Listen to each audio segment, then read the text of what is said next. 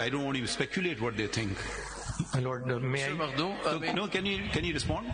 My Lord, just add to that question. So why we're having this debate is because it is not relevant what party is before us. As the Apex Court, don't you think it's our responsibility to protect the rights of the electorate?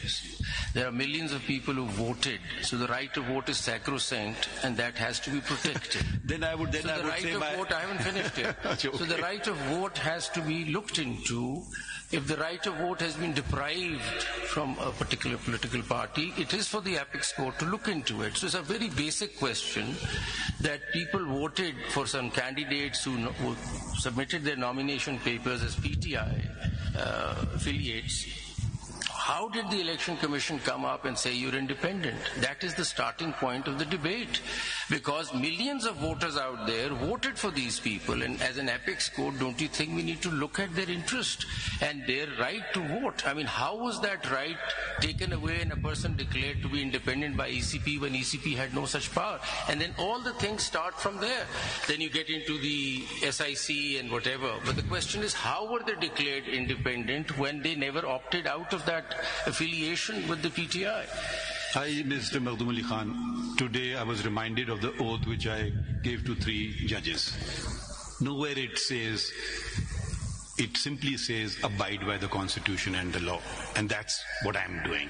And that's what my legal constitutional duty is. There are many concerns in society. Who addresses those? I don't know. That's not my concern. My concern is to simply follow the Constitution and the law. Lord, where is the electorate mentioned in the oath? May I add to this? In my speaking for myself, the most fundamental right is the right to vote. And if the Constitution has to be upheld, it is implicit in the Constitution that the elections must be genuine. And the people must have trust and confidence in the integrity of the electoral process. Here, serious questions have been raised, and there is a petition. We have been informed, pending in this court, raising questions about the process of elections.